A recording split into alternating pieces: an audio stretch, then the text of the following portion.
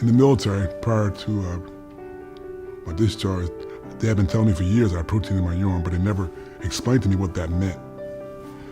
And upon discharge, I was in a very terrible accident where I lost the function of my right kidney. I was put into the care of a nephrologist. And through his blood work, he determined that my creatinine levels, one of the means they use to determine renal failure, was a little high. I started on dialysis in May of 2007.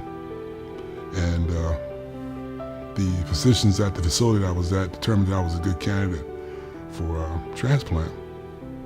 And they decided to send my information to, well, after several screenings and evaluations, they sent my information to Henrico Doctors Hospital here in Richmond. They were all trying to determine if I had the mental capacity to handle receiving a kidney. Yeah, we had the what's called a boot camp, where they call us in prior to transplant and they explain to us exactly what we're going to go through and the whole entire process.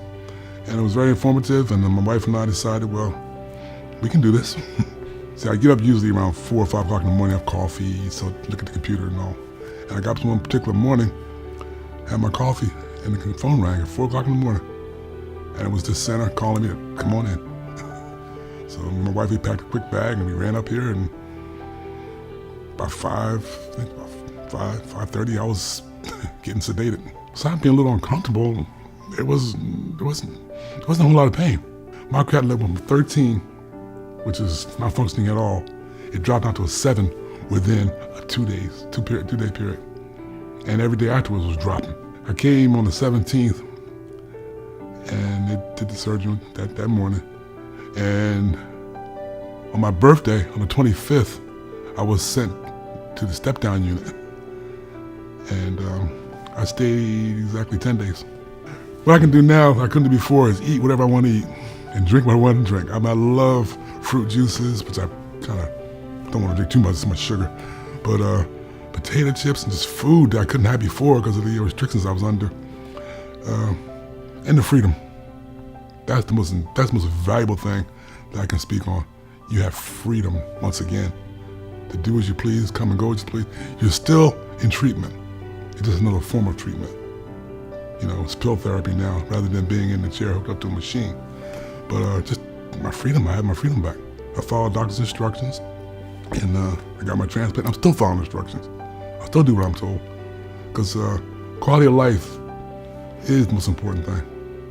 I'm 60 years old, and I ain't got no time to be fooling around with my health, because that's basically all I have.